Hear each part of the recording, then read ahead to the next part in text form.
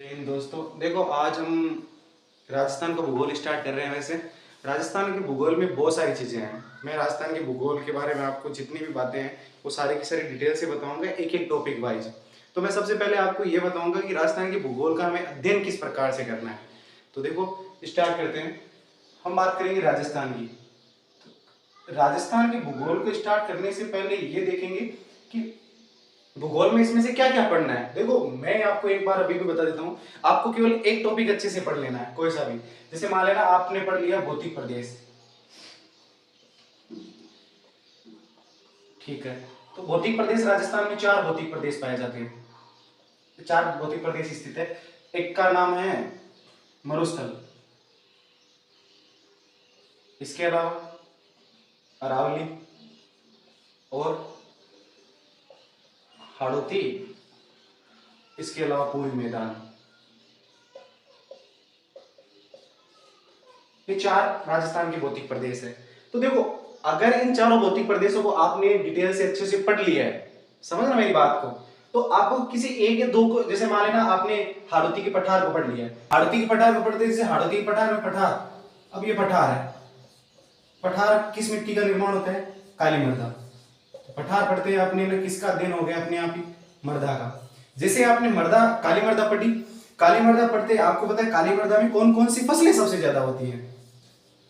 तो आपने फसलों का अध्ययन, आपको सीधा सा पता है कि सबसे ज्यादा क्या होती है इसमें? कपास होती है। कपास, आपको पता है कपास होती है, तो कपास सबसे ज्यादा होगी। कपास एक नकदी फसल है, तो कपास, जहां कपास है वहां पर एक उद्योग लगेगा। वो कौन सा उद्योग होगा? सूती वस्त्र उद्योग। तो मैं जो समझा रहा हूं आपको, और समझने की कोशिश करना कि किसी एक ही टॉपिक को, जैसे आपने अरावली पर्वत पढ़ा है, तो अरावली पर्वत पढ़ा है, तो यहां पर क्या पाए जाते हैं सबसे ज्यादा? खनिज। और खनिज स्थित है, तो यहां पर किसका विकास होगा? उद्योगों का विकास होगा। ध्यान रखना, किसका विकास होगा? उद्योगों का। तो इसी प्रकार से आप किसी एक टॉपिक को अच्छे से ढंग से पढ़ लेना, उसके बाद सारे के सारे उसी अनुसार है। जैसे मान लेना मरुस्थल में जनसंख्या कम निवास करती है, क्योंकि यहाँ पर क्या नहीं होती है? फसलें नहीं हो पाती। पूर्वी मैदान, मैदानी क्षेत्र में जो मैदान होता है वहां पर जनसंख्या क्या होती है? हमेशा अधिक होती है। तो इस हिसाब से पढ़ना है। तो आपको देखो, मैं बताता हूँ। सबसे पहले हम बात करेंगे राजस्थान की स्थिति और विस्तार से। देखो, राजस्थान की स्थिति और विस्तार की बात करने से पहले हम इस राजस्थान के संदर्भ में कुछ टॉपिक पढ़ेंगे। कौन कौन से? जैसे सबसे पहले पढ़ेंगे हम राजस्थान की उत्पत्ति, इसके बारे में बात की। फिर हम बात करेंगे आकृति, किस प्रकार से। फिर हम बात करेंगे स्थिति की बात करेंगे। उसके बाद हम बात करेंगे इसके विस्तार की। तो इस प्रकार से हम राजस्थान के बारे में अध्ययन करेंगे, ध्यान रखना विशेष तौर पर। तो देखो, हम सबसे पहले बात करेंगे राजस्थान की उत्पत्ति के बारे में बातचीत करेंगे। देखो, राजस्थान की उत्पत्ति से बातचीत करने से पहले आपको बहुत सारी चीजें है ना समझनी होगी। कौन कौन सी? जैसे देखो, मैं बता रहा हूं आपको। राजस्थान की उत्पत्ति से पहले हम पहले पृथ्वी के बारे में अध्ययन करते हैं। देखो, ये हमारी पृथ्वी है, ध्यान रखना।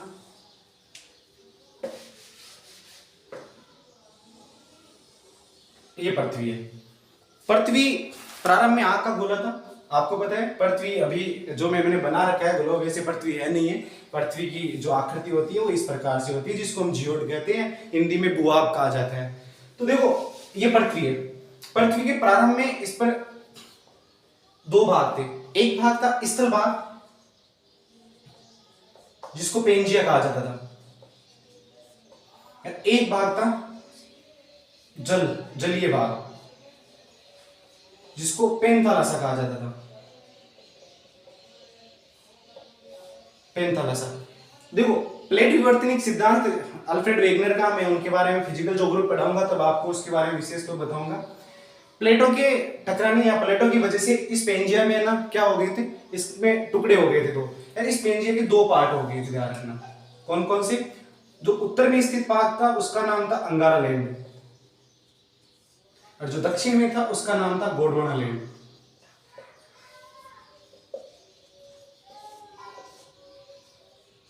गोंडवाना लैंड, ध्यान रखना। तो ये 2 पार्ट थे।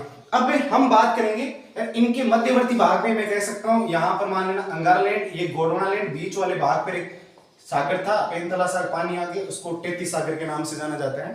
देखो, हम इसके बारे में बातचीत करेंगे। देखो अंगारा लैंड और गोंडवाना लैंड ढंग से समझना।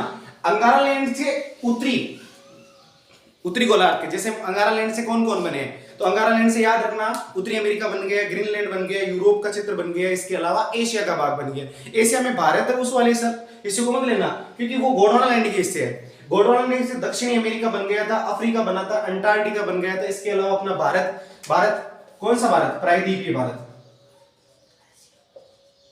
प्रायद्वीपीय भारत वो किसका हिस्सा है, गोंडवाना लैंड का है। प्रायद्वीपीय भारत हो गया, इसके अलावा ऑस्ट्रेलिया हो गया। फिर हुआ क्या, जैसे मान लेना ये अपनी पृथ्वी है, ये भूमध्य रेखा या विषुवत रेखा 0 डिग्री है।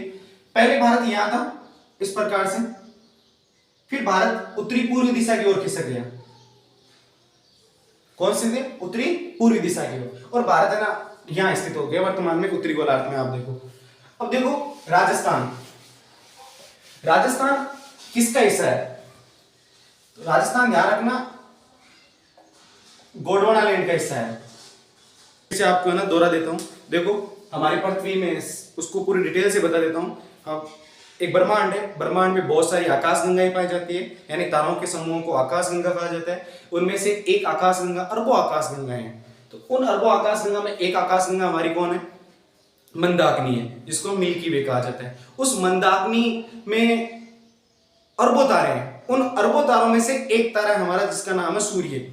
उस सूर्य का एक परिवार है जिसको हम सौरमंडल कहते हैं। उस सौरमंडल में आपको पता है 8 ग्रह पाए जाते हैं, 183 के लगभग जो सैटेलाइट उपग्रह पाए जाते हैं स्थित है इसमें, ध्यान रखना। उनमें से 8 में से एक हमारी पृथ्वी है, कौन है, और उस पृथ्वी में 2 भाग, जिसको मैंने पेंथालासा जलीय भाग हो गया, और इसके अलावा पेंजिया कौन सा हो गया, स्थलीय भाग। पेंजिया के 2 भाग, अंगारा लैंड और गोंडवाना लैंड। उस गोंडवाना लैंड के भाग में कौन से,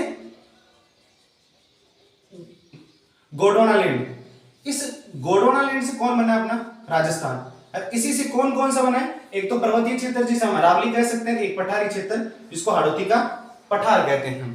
तो ये हमारी दो पर्वतीय, 2 स्थलाकृति है, उच्चावच है, तो ये किससे बने हुए हैं, ध्यान रखना गोंडवाना लैंड से बने हुए। ये राजस्थान की उत्पत्ति के संबंध में हो गया। अब हम देखेंगे राजस्थान की स्थिति के बारे में। देखो राजस्थान की स्थिति मानचित्र में देखेंगे हम सबसे पहले कि मानचित्र में राजस्थान की स्थिति, ये अपनी पृथ्वी है, ये 0 डिग्री भूमध्य रेखा है। तो देखो अक्षांश के हिसाब से राजस्थान कौन से गोलार्ध में, भारत उत्तरी गोलार्ध में, तो राजस्थान भी कौन से गोलार्ध में होगा, उत्तरी गोलार्ध में होगा। और देशांतर हिसाब से कौन से गोलार्ध में होगा, पूर्वी गोलार्ध में होगा। ध्यान रखना ये पूर्वी गोलार्ध है, ध्यान रखना इस तरफ, और ये पश्चिमी गोलार्ध है। तो राजस्थान कहां पर हो गया, उत्तरी पूर्वी गोलार्ध में। तो राजस्थान की स्थिति क्या है, उत्तरी पूर्वी गोलार्ध में। किसके संदर्भ में, ये है विश्व के संदर्भ में, ध्यान रखना विश्व के संदर्भ में राजस्थान की स्थिति। अब ये यहां पर है एशिया, ध्यान रखना। तो एशिया है, एशिया में भारत अपना यहां पर है, देखो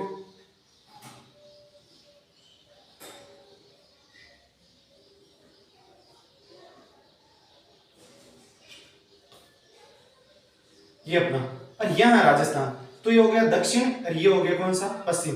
तो देखो एशिया में राजस्थान की स्थिति कौन सी है, दक्षिणी पश्चिमी दिशा है। ये भी आपको विशेष तौर पर ध्यान रखना। देखो दक्षिणी पश्चिमी दिशा में राजस्थान की स्थिति। अब राजस्थान की स्थिति हम भारत के संदर्भ में देखें, किसके संदर्भ में, भारत के संदर्भ में। तो भारत के संदर्भ में कहां पर होगी, उत्तर पश्चिमी दिशा में होगी। भारत के संदर्भ में कहां होगी, उत्तर पश्चिमी दिशा में। देखना एक मिनट मैं आपको बता देता हूं।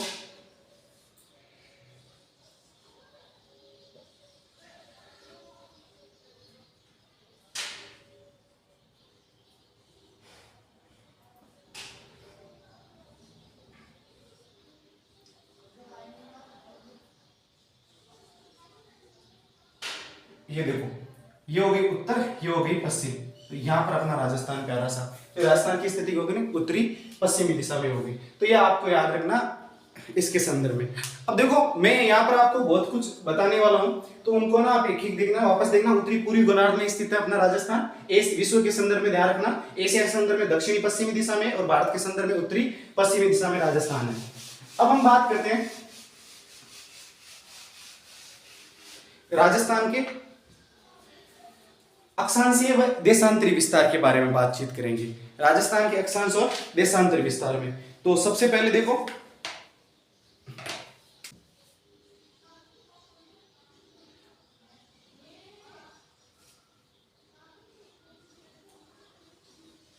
ये अपना राजस्थान है, ठीक है।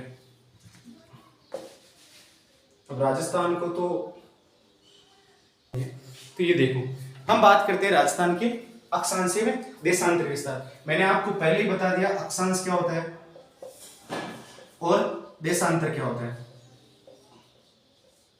पूर्व से पश्चिम खींची गई काल्पनिक रेखा अक्षांश कहलाती है, उत्तर से दक्षिण की ओर खींची गई काल्पनिक रेखा देशांतर कहलाती है। तो देखो, अक्षांश और देशांतरी विस्तार की बात करें तो राजस्थान, भारत के मध्य से एक रेखा गुजरती है जिसका नाम है ये कर्क रेखा।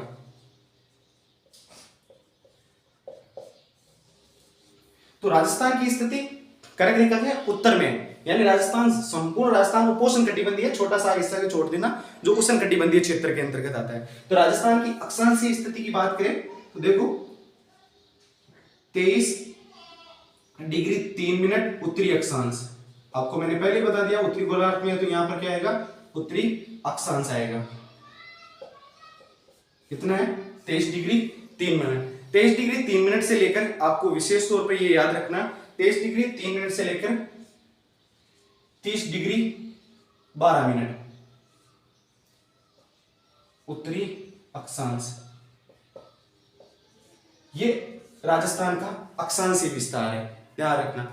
इन दोनों के मध्य कितना है, ये 60 डिग्री 9 मिनट, यानी लगभग 8 अक्षांश है दोनों के बीच के अंतर्गत, ध्यान रखना।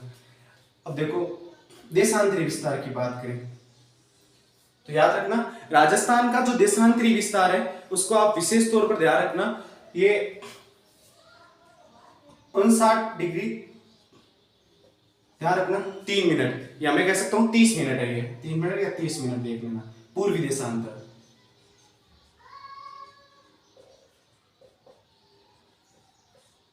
क्योंकि कौन से गोलार्ध में स्थित है, पूर्वी गोलार्ध में स्थित है, ध्यान रखना यहां पर। इसके अलावा ये हो गया कितना, 69 डिग्री 30 मिनट से 78 डिग्री 17 मिनट पूर्वी देशांतर, ध्यान रखना। इन दोनों के बीच में कितने हैं, इन दोनों के बीच में 8 डिग्री 4 7, यानी लगभग 9 देशांतरों का इसके अंतर्गत बीच में अंतराल पाया जाता है, 9। यहां पर कितने हैं, 60 डिग्री 9 मिनट है, ध्यान रखना ये विशेष तौर पर। इसके अलावा हमें यह भी देखना है कि राजस्थान के सबसे दक्षिण में स्थित गांव कौन सा है, सबसे उत्तर में कौन सा है। तो देखो, सबसे दक्षिण में सागर यानी बोरकुंड, उत्तर में कोणा गांव। कोणा कहां पर है, याद रखना, कोणा गंगानगर में, याद रखना विशेष तौर पर। ये कहां पर है, ये बांसवाड़ा में। यहां जैसलमेर में यहाँ एक गांव है जिसका नाम है कटरा गांव, ये ध्यान रखना। यानी पश्चिम का अंतिम बिंदु कौन सा है, कटरा हो जाएगा, दक्षिण का अंतिम बिंदु सागर या बोरकुंड हो जाएगा, ध्यान रखना। विशेष तौर पर आपको इसको तो देख ही लेना है कि कौन कौन से गांव की स्थिति कहां पर है।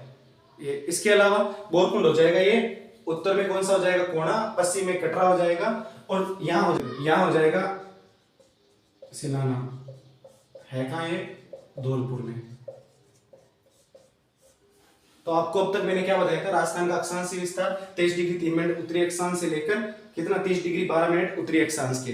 इसके अलावा देशांतरी विस्तार जो याद रखना 69 डिग्री 30 मिनट से पूर्वी देशांतर से लेकर 78 डिग्री 17 मिनट पूर्वी देशांतर। सबसे दक्षिण में स्थित गांव बोरकुंड, ध्यान रखना। सबसे उत्तर में स्थित गांव कोणा है, पश्चिम में स्थित कटरा है जैसलमेर के अंतर्गत, और पूर्व में स्थित सिलाना है जो कहां पर है, धौलपुर में, धौलपुर के अंतर्गत, ध्यान रखना। उत्तर से लेकर दक्षिण के बीच में इसकी लंबाई है 826 किलोमीटर, ध्यान रखना। और पूर्व से पश्चिम में 869 किलोमीटर, ध्यान रखना। ये लंबाई विशेष तौर पर ध्यान रखना। पूर्व से पश्चिम के बीच में 869 किलोमीटर है, उत्तर से दक्षिण 826 किलोमीटर है। राजस्थान की आकृति आपको दिख रहा है, पतंग के आकार में है राजस्थान की आकृति विशेष तौर पर। अब देखो, हम बात अब की इसके विकिरण की भी बात कर लेते हैं, ये भी कई बार पूछा जा सकता है। तो हम बात करें उत्तर पश्चिम से दक्षिणी पूर्व। तो इस विकिरण की बात करें ये, तो इसकी लंबाई है ना वो है 850 किलोमीटर। ये ध्यान रखना, इसकी कितनी है 850 किलोमीटर। जबकि उत्तर से पूर्व है और दक्षिणी पश्चिम, ये लंबाई इसकी है 784 किलोमीटर। ध्यान रखना 784 किलोमीटर। ये आपको राजस्थान की स्थिति के बारे में आपको विशेष तौर पर ये ध्यान रखना होगा। यहां मैं कुछ छोटी छोटी मोटी बातें बता देता हूं कि राजस्थान से सबसे ज्यादा कौन सा अक्षांश गुजरता है, सबसे कौन कौन से राज्यों से सबसे ज्यादा गुजरती है, तो उनके बारे में मैं आपको थोड़ा सा बता देता हूं। देखो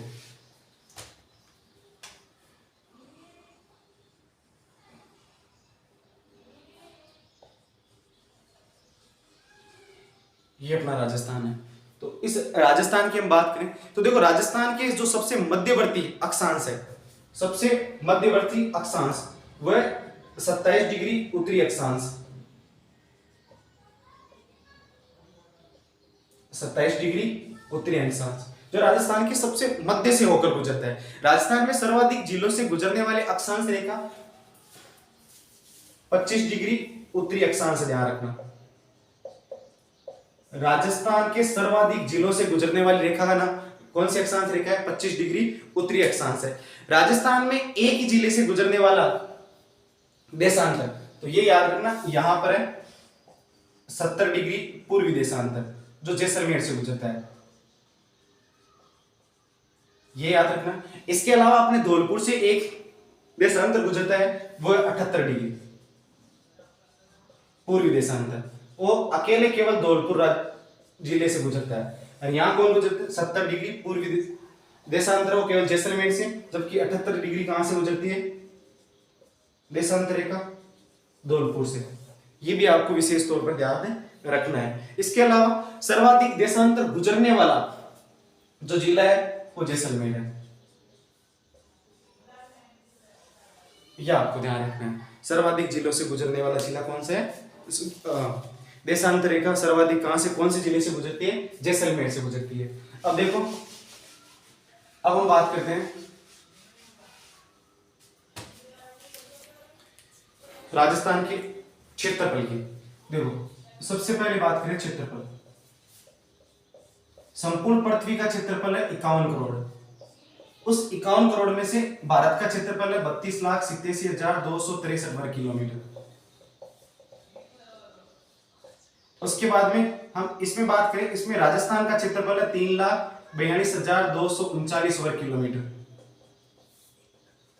जो भारत के 10.41% भूभाग पर स्थित है। ध्यान रखना, ये अपने राजस्थान के क्षेत्रफल की बात करें। अब बात करें राजस्थान की सीमाओं की, तो देखो राजस्थान की दो प्रकार की सीमा लगती है। राजस्थान का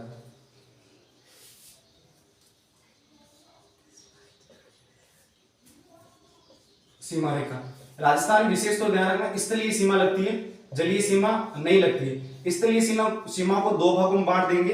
एक तो हो जाएगी अंतरराष्ट्रीय सीमा, एक हो जाएगी राज्य अंतरराज्यीय सीमा। अंतरराज्यीय सीमा, देखो अंतरराष्ट्रीय सीमा की जो टोटल लंबाई है वो है 1070 किलोमीटर। ये ध्यान रखना, अंतरराष्ट्रीय कितनी, ध्यान रखना 1070। इसके अलावा अंतरराज्यीय की है 4850 किलोमीटर। ये अब हम इन सारे की सारे देखेंगे कौन से किसके साथ कितनी लगती है। तो यहां देखो, हम सबसे पहले बात करते हैं अंतरराष्ट्रीय सीमा की। अंतरराष्ट्रीय सीमा आपको याद रखना, अंतरराष्ट्रीय सीमा है जो अपनी, जिसको हम रेड क्लिप कहा जाता है, इसकी जो निर्धारण, इसका निर्धारण हुआ था 15 अगस्त 1947 को हुआ था। याद रखना, रेड क्लिप एक प्राकृतिक सीमा है, आपको पता है कलम से निर्धारित सीमा भी, ये ध्यान रखना विशेष तौर पर आपको। अब देखो है कहां से स्टार्ट होती है, कहां खत्म होती है, तो हम सबसे पहले बात करते हैं, ये शुरुआत होती है यहां से, श्री गंगानगर से। गंगानगर हिंदुमन पोर्ट से, और खत्म कहां होती है? बाकासर। ये बाखासर का है, तो याद रखना बाखासर बाड़मेर में स्थित है। तो दो जिले तो ये हो गए कि एक तो कौन सा होगा गंगानगर, एक हो गया बाड़मेर। इसके अलावा इसकी सीमा लगती है जैसलमेर के साथ, इसके अलावा यहां लगती है बीकानेर के साथ एक। तो राजस्थान के 4 जिले हो गए। याद रखना आने वाले समय में आपको पता है राजस्थान गहलोत सरकार ने 50 जिले कर दिए। इस 50 जिलों में से आने वाले समय में 5 जिलों की सीमा लगेगी, अनूपगढ़ की भी सीमा लगेगी, ध्यान रखना। अभी नहीं बता रहा हूं, अभी मैं मुख्यतः पीटीटी, बीएसटीसी और ये आरओ एग्जाम उनकी मैं बात कर रहा हूं यहाँ पर विशेष तौर पर। जो करंटली जितने भी एग्जाम हो गए उनमें तो यही आने वाला है, ध्यान रखना। 4 तो हम क्रम से देखेंगे। देखो सबसे ज्यादा सीमा लगती है किसकी, जैसलमेर की, लेकिन हम क्रम से देखें इसकी सीमा कितनी लगती है, याद रखना 210 किलोमीटर। बीकानेर की 168 किलोमीटर लगती है, 464 किलोमीटर किसकी लगती है आपको पता है, जैसलमेर की। और याद रखना आपको बाड़मेर की 228 किलोमीटर लगती है सीमा, 228 किलोमीटर सबसे ज्यादा किसकी लगती है, जैसलमेर में। आपको यहाँ विशेष तौर पर ध्यान रखना, 1 नंबर पर जैसलमेर आएगा, 2 नंबर पर बाड़मेर, 3 नंबर पर श्री गंगानगर और 4 नंबर पर बीकानेर। आरोही और अवरोही क्रम पूछा जा सकता है सीमाओं के बारे में, ध्यान रखना। अब हम बात करें, देखो अंतरराष्ट्रीय सीमा पर स्थित सबसे छोटा, क्वेश्चन को समझना, अंतरराष्ट्रीय सीमा पर स्थित सबसे छोटा जिला कौन सा है, तो याद रखना उसका नाम है श्री गंगानगर। क्षेत्रफल की दृष्टि से बीकानेर से वो छोटा है, याद रखना। अब देखो, अब हम बात करते हैं, ये हो गई सीमा, अंतरराष्ट्रीय सीमा। अब बात करते हैं राज्य सीमा की। राज्य सीमा की बात करता हूं तो 5 राज्यों के साथ हमारी अपनी सीमा लगती है। सबसे पहले हम बात करते हैं यहां लगती है पंजाब के साथ, याद रखना 89 किलोमीटर लगती है पंजाब के साथ। पंजाब के साथ अपनी सबसे कम सीमा लगती है। उसके बाद हम बात करते हैं हरियाणा। हरियाणा पंजाब के साथ 2 जिलों की सीमा लगती है, कौन कौन से हम उनके बारे में अध्ययन करेंगे। हरियाणा के साथ लगती है 1262 किलोमीटर, याद रखना। उसके बाद यूपी के साथ 866 किलोमीटर लगती है। उसके बाद हम बात करें सबसे ज्यादा जो सीमा लगती है वो एमपी के साथ लगती है, ध्यान रखना। कितनी लगती है, तो याद रखना 1600 किलोमीटर लगती है एमपी के साथ। उसके बाद में सीमा लगती है गुजरात के साथ, राजस्थान की, ये कितनी लगती है 1022 किलोमीटर, किसके साथ, गुजरात के साथ। ये सारी टोटल हम बात करें तो पांचों को मिला दे तो कितना आंकड़ा आ जाएगा 4850 किलोमीटर। किसके साथ, पंजाब के साथ, याद रखना 89 लगती है। इसके अलावा हरियाणा के 1262 किलोमीटर लगती है। 1866 किसके साथ, यूपी के साथ। एमपी के साथ 1600 किलोमीटर। इसके अलावा गुजरात के साथ कितनी लगती है 1022 किलोमीटर। हम बात करते हैं सबसे पहले इसकी, देखो जो हरियाणा पंजाब है, पंजाब के साथ 2 जिलों के साथ सीमा लगती है, याद रखना। एक का नाम है मुक्तसर, एक का नाम है फजालिका, याद रखना। एफ हमसे याद रख लेना इसको, एफ का मतलब फजलिका हो जाएगा, इस फजलिका। इसके अलावा एम का मतलब मुक्तसर हो जाएगा। अपने यहां से गंगानगर और हनुमानगढ़ लगता है। आप याद रखना सबसे ज्यादा सीमा आपको विशेष तौर पर ध्यान रखना, वो इनकी बात करें तो मुक्तसर साहिबा की सबसे ज्यादा सीमा लगती है और सबसे कम किसकी लगती है, फजलिका की, ध्यान रखना यहाँ पर। अब देखो राजस्थान में लगती 2 जिलों गंगानगर और हनुमानगढ़ की सीमा लगती है यहाँ पर हो जाएगा हनुमानगढ़। अब देखो अगला कौन सा है, हरियाणा। हरियाणा के साथ बहुत सारे सीमा लगती है। देखो हरियाणा के साथ हम सीमा की बात करें तो हरियाणा में सबसे पहले हम बात करें तो राजस्थान की ओर से हनुमानगढ़ की लगती है। इसके बाद में चूरू की सीमा लगती है। इसके अलावा झुंझुनू की सीमा लगती है। फिर सीकर की सीमा लगती है। जयपुर की सबसे कम लगती है, हनुमानगढ़ की सबसे ज्यादा लगती है। उसके बाद में यहाँ पर अलवर की सीमा लगती है। इसके अलावा यहाँ पर किसकी लगती है, भरतपुर की। तो इन 7 जिलों की सीमा किसके साथ लगती है, हरियाणा के साथ लगती है। तो हरियाणा के भी जिले हैं यहाँ पर सिरसा है, यहाँ पर फतेहाबाद है, यहाँ पर हिसार है। इसके अलावा यहाँ पर भिवाड़ी है, ध्यान रखना भिवानी है भिवाड़ी। यहाँ पर महेंद्रगढ़ है, यहाँ पर रेवाड़ी है और यहाँ पर इसका मेवात जिला है। मैं शॉर्ट में क्योंकि बहुत लंबा वीडियो हो जाएगा, ध्यान रखना। हनुमानगढ़, चूरू, झुंझुनू, सीकर, जयपुर, अलवर और भरतपुर। आप इन 7 राज्यों के नाम, 7 जिलों के नाम याद रख लेना, वो याद नहीं रहे तो। इधर बात करें, इधर आ जाएगा आपको याद रखना, हमारे यहाँ पर यूपी के 2 जिले आ जाएंगे इसमें। यूपी में कौन होगा, एक तो मथुरा हो जाएगा, मथुरा के साथ एक कौन है, आगरा हो जाएगा। तो यहाँ पर दो, यूपी के साथ दो याद रखना, एक तो कौन सा हो जाएगा, आगरा, एक मथुरा। यहाँ पर एक अपना कौन सा है, एक तो धौलपुर हो जाएगा, एक भरतपुर, दो के साथ लगती है, एक तो भरतपुर हो जाएगा, एक कौन हो जाएगा, धौलपुर। बीडी से याद रखना, बीडी, भरतपुर और धौलपुर, इधर से मथुरा और आगरा। 866 किलोमीटर किसके साथ, यूपी के साथ। अब इसके बाद करें राजस्थान। राजस्थान की देखो एमपी के साथ 10 जिलों की सीमा लगती है, वहां 7 लगती है, 2 और 2 ये होगी 10 में धौलपुर है। उसके बाद धौलपुर के बाद में कौन आ जाएगा, करौली, उसके बाद सवाई माधोपुर, उसके बाद कोटा, उसके बाद में बारा आ जाएगा, उसके बाद में झालावाड़ आ जाएगा, फिर कौन आ जाएगा, सबसे कम भीलवाड़ा के साथ लगती है, भीलवाड़ा आ जाएगा, उसके बाद में चित्तौड़गढ़, फिर प्रतापगढ़, उसके अलावा बांसवाड़ा। देखो वापस देखना, बांसवाड़ा, प्रतापगढ़, चित्तौड़गढ़, भीलवाड़ा, झालावाड़, बारा, कोटा, सवाईमाधोपुर, इसके अलावा ध्यान रखना यहाँ पर हो जाएगा सवाईमाधोपुर, ये हो जाएगा करौली, और ये हो जाएगा यहाँ पर कौन, धौलपुर हो जाएगा। तो ये 10 जिलों के साथ सीमा लगाते हैं। इसके भी 10 जिले हैं, किसके, ये याद रखना, एमपी के। कौन कौन से हो जाएगा, देखो सबसे ज्यादा मुरैना के साथ लगती है, उसके बाद में मुरैना के बाद में कौन सा हो जाएगा, श्योपुर हो जाएगा, उसके अलावा शिवपुर हो जाएगा, फिर कौन हो जाएगा, गुन्ना हो जाएगा, ध्यान रखना। इसके अलावा राजगढ़ हो जाएगा, उसके अलावा अगर मालवा हो जाएगा यहाँ पर, फिर नीमच हो जाएगा, इसके अलावा रतलाम हो जाएगा, फिर मंदसौर हो जाएगा और झाबुआ हो जाएगा। 10 जिले हो गए। मैं वापस बता रहा हूं आपको कौन कौन से 10 जिले, मुरैना, श्योपुर, शिवपुर, गुन्ना, राजगढ़, आगरमालवा, नीमच, रतलाम, मंदसौर और झाबुआ। झाबुआ का ध्यान रखना, सबसे न्यूनतम सीमा झाबुआ के साथ लगती है और सबसे अधिकतम सीमा मुरैना के साथ लगती है। तो ये भी आपको विशेष तौर पर ध्यान रखना है यहाँ पर।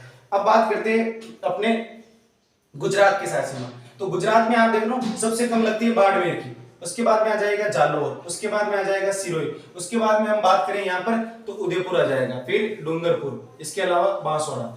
बाड़मेर, जालोर, ध्यान रखना, बाड़मेर, जालोर, सिरोही, उदयपुर, डूंगरपुर और बांसवाड़ा। 2-3-4 बार इनको बोलना बार बार, तो ये कंप्लीट आपको याद भी हो जाएंगे।